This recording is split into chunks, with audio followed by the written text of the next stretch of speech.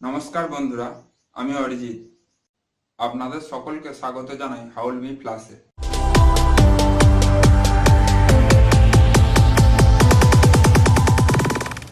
বন্ধুরা, আজকের guide video যে বিষয়টা নিয়ে সেটা হলো যে আপনারা অনেক সময় দুটো সিম কার্ড ইউজ করেন, একটা পার্মানেন্ট নাম্বার আর একটা টেম্পোরারি নাম্বার। সবসময় টেম্পোরারি নাম্বারটা মনে রাখা সম্ভব নয়। তো কিভাবে জানবেন যে আপনার মোবাইল নাম্বারটা কোনটা আপনার মোবাইল নাম্বার? চলুন দেখা যাক এই ভিডিওর মাধ্যমে।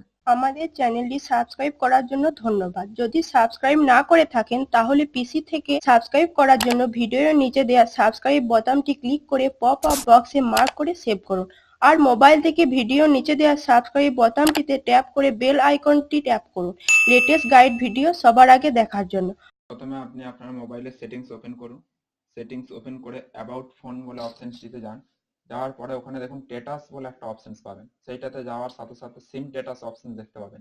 সেইখানে আপনি ট্যাপ করুন। ট্যাপ করলে মাই ফোন নাম্বার বলে একটি অপশন দেখতে পাবেন। সেখানে আপনার নাম্বার